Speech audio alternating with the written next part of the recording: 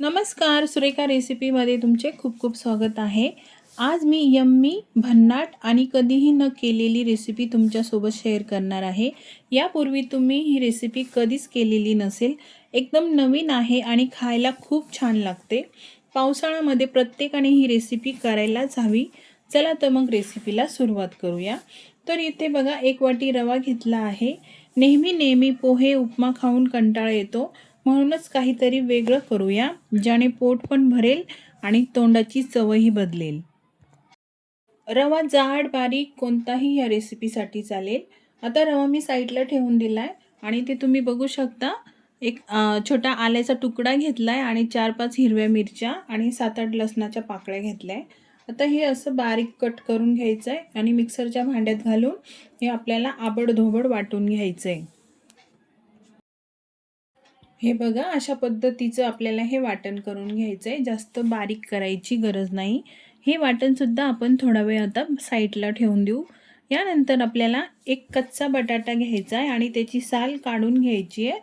इथे मी 2 बटाटे घेतले कारण माझ्याकडे छोटे बटाटे आहेत. तुमच्याकडे जर मोठा बटाटा असेल तर एकच घ्या. आता हा आपल्याला किसून घ्यायचा आहे. बारीक किसणीने पूर्ण बटाटा आपल्याला किसून घ्यायचा आहे. पूर्ण बटाटा इथे किसून झालाय. आता हा बटाटा आपल्याला 2 ते 3 पाण्याने छान चोळून धुवून घ्यायचा, म्हणजे यातला स्टार्च सर्व निघून जाईल. बटाटा धुवून झाला की तो पाण्यातच ठेवायचा आहे, म्हणजे काळा पडणार नाही. आता आपण पुढची तयारी करूया. गॅसवरती कढई ठेवली आहे. त्यामध्ये 1 चमचा तेल घालायचं आहे. तेल छान गरम झालं की यामध्ये मी अर्धा चमचा मोहरी आणि अर्धा चमचा जिरे घातले. जिरे मोहरी चांगली आपल्याला तडतडू द्यायची. आता यामध्ये अद्रक लसूण मिरचीचा जो आपण आधी ठेचा बनवून ठेवलाय तो सर्व ठेचा यामध्ये घालायचा आणि याचा कच्चापणा जाईपर्यंत छान असं लो फ्लेमवरती परतून घ्यायचं आहे. 1 मिनिटभर खमंग असं मी हे परतून घेतलंय. आता यामध्ये आपण जो रवा साईडला ठेवला होता तो रवा घालायचा आणि हे सुद्धा मिक्स करून घ्यायचं आहे चांगलं. हे छान परतून झाल्यावरती ज्या वाटीने आपण रवा घेतलाय त्याच वाटीने सुरुवातीला आपल्याला 1 वाटी पाणी यामध्ये घालून घ्यायचं आहे आणि हे छान असं मिक्स करून घ्यायचं. याच्या गाठी होऊ द्यायच्या नाही. गाठी झाल्या तर सगळ्या फोडून घ्यायच्या. गॅसची फ्लेम आपल्याला लो ठेवायची आहे. जर तुम्ही एकदा सर्व पाणी घातले तर यामध्ये खूप गाठी होऊ शकतात. त्यामुळे पाणी आपल्याला 2 स्टेपमध्ये घालायचं आहे. तुम्हाला वाटत असेल की आपण मेदू वडे करत आहोत, पण आपण मेदू वडे नाही करणार. अगदी वेगळी रेसिपी बनवत आहोत. त्यामुळे व्हिडिओ शेवटपर्यंत नक्की बघा. पुन्हा 1 वाटी पाणी मी घातले आहे आणि हे पुन्हा सर्व आपल्याला एकजीव करून घ्यायचे. गॅसची फ्लेम आपल्याला लोच ठेवायची आहे. जर तुम्ही गॅस मोठा ठेवला तर रव्याच्या गाठी होऊ शकतात आणि त्या फोडायला जास्त वेळ लागतो. तर हे बघा, सर्व गाठी मी फोडून घेतल्या आहे. पावसाळ्यामध्ये प्रत्येकाने ही रेसिपी करून खायलाच हवी. ते कसं हे तुमच्या पुढे लक्षात येईलच. आता यामध्ये ह्या गाठी मी सर्व फोडून घेतल्या. आता आपण जो बटाटा किसून ठेवलेला होता तो यामध्ये घालूया आणि त्याचबरोबर आपण चवीनुसार यामध्ये मीठसुद्धा घालून घेऊया आणि पुन्हा हे सर्व आपण व्यवस्थित छान असं मिक्स करून घेऊ. बटाट्यातलं सर्व पाणी निथळून मग मी बटाटा यामध्ये घातलाय. 1 वाटी रव्यासाठी 1 बटाटा पुरेसा आहे. बटाटा आणि रवा शिजण्यासाठी हे सर्व साहित्य एकजीव करून घेऊया आणि त्यानंतर यावरती झाकण ठेवून कमीत कमी 3 मिनिटे आपल्याला यावर वाफ येऊ द्यायची आहे. ही सर्व प्रोसेस करताना गॅसची फ्लेम आपल्याला लोच ठेवायची. 3 मिनिटे चांगली दणदणीत वाफ मी याला काढून घेतली आहे. तुम्ही बघू शकता हे व्यवस्थित शिजलं आहे आणि घट्ट पण झालेलं आहे. असंच घट्ट बॅटर आपल्याला या रेसिपीसाठी हवं आहे. हे शिजलेलं बॅटर आपल्याला प्लेटमध्ये काढून घ्यायचं आहे. या प्लेटला मी थोडंसं तेल लावून घेतलं आहे, म्हणजे हे बॅटर प्लेटला चिटकणार नाही. हे बॅटर गरम आहे. थोडंसं आपल्याला आता कोमट होऊ द्यायचं आणि त्यानंतर आपल्याला एका प्लॅस्टिकच्या बॅगमध्ये हे भरून घ्यायचं आहे असं का करायचं हे पुढे तुम्हाला सांगते. आता आपल्याला अशी जाडसर प्लॅस्टिकची पिशवी घ्यायची आहे. त्याला थोडंसं तेल लावून घेऊया आतल्या साईडने. तुमच्याकडे जर अशी प्लॅस्टिकची पिशवी नसेल तर तुम्ही जी दुधाची पिशवी येते ना ती सुद्धा घेऊ शकता किंवा तेलाची पिशवी असते ती सुद्धा चालेल. पिशवीला तेल लावून झालंय आणि आपलं मिश्रण सुद्धा इथे कोमट झालेलं आहे. आता आपण हे मिश्रण या पिशवीमध्ये टाकून घ्यायचं आहे. पूर्ण वाफ निघून गेल्यावरच हे मिश्रण या पिशवीत भरायचं आहे. तर हे बघा मिश्रण यात टाकून घेतलं आहे. आता जसं व्हिडिओमध्ये दाखवलं आहे तशी प्रोसेस करून घ्यायची.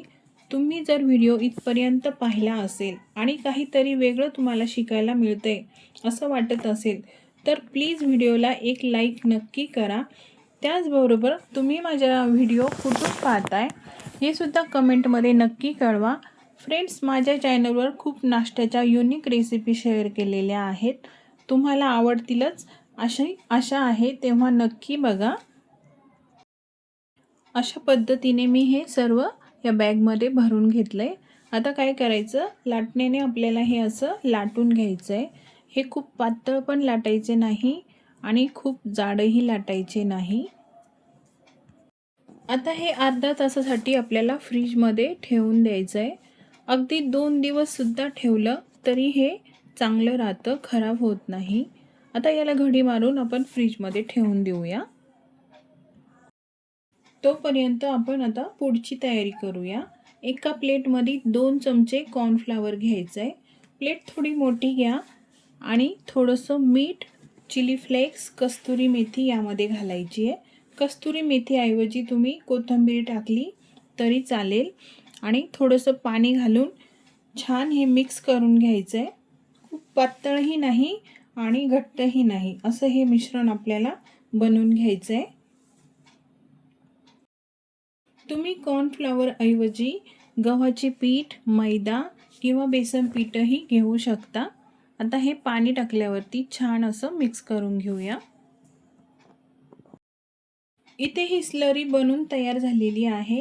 आता आपल्याला दुसऱ्या प्लेटमध्ये ब्रेड क्रम्स घ्यायचे. तुमच्याकडे जर ब्रेड क्रम्स नसतील तर तुम्ही बारीक रवा घेऊ शकता, पण ब्रेड क्रम्सनी खूप छान लागते ही रेसिपी.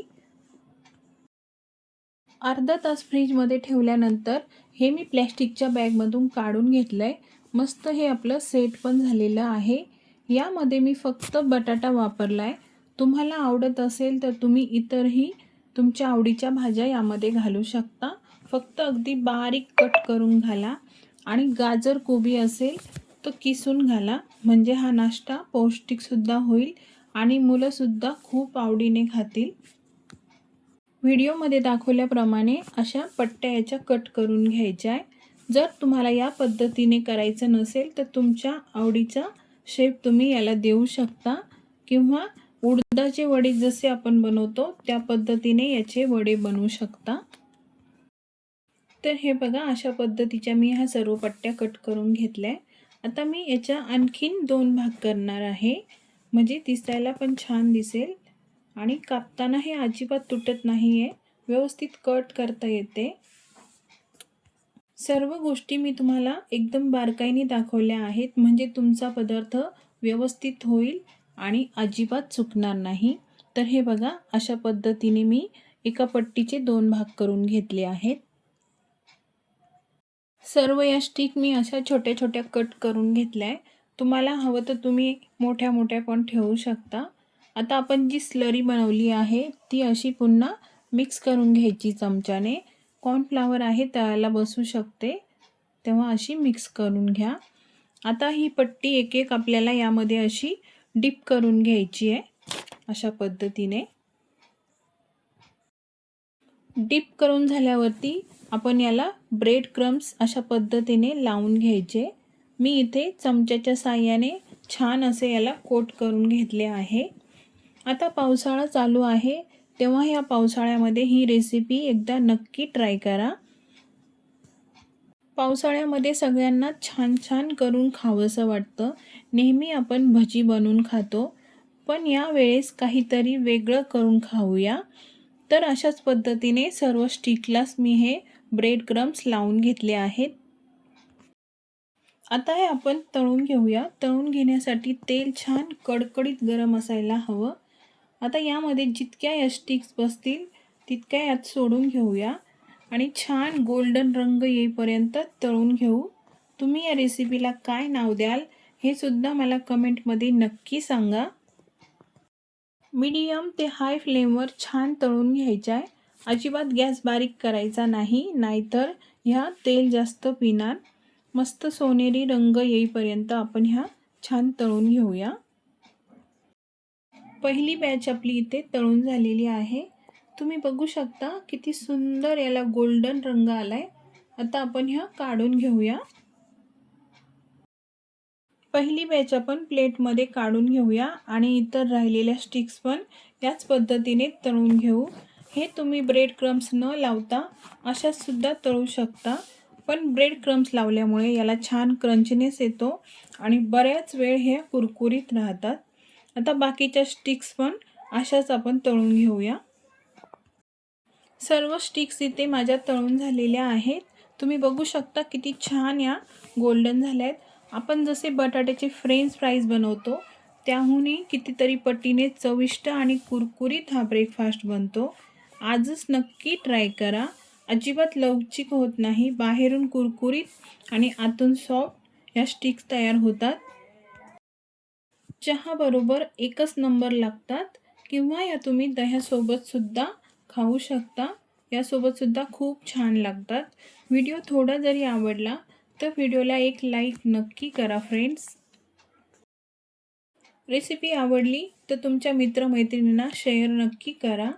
सुरेखा रेसिपी चॅनलला सबस्क्राईब केलं नसेल तर सबस्क्राईब करा. सोबतच बेल आयकॉनला क्लिक करा, म्हणजे माझ्या सर्व रेसिपीज तुम्हाला बघायला मिळतील. पुन्हा भेटू पुढच्या रेसिपीमध्ये. तोपर्यंत मस्त खा आणि मस्त रहा.